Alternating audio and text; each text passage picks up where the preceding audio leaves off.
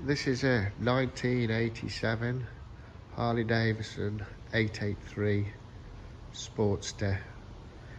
It's the XL883HUG. It's a project bike. I've selected the gears.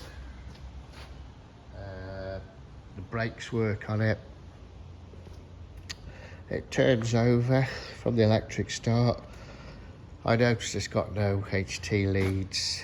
I don't know what this connection is for a battery.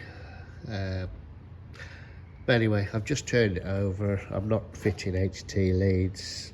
I'm just selling it as it is. It turns over fine.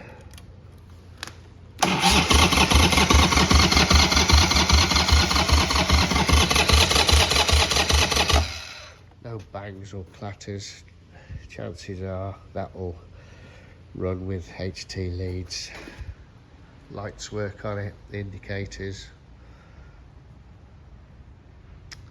I got enough shit to carry on with.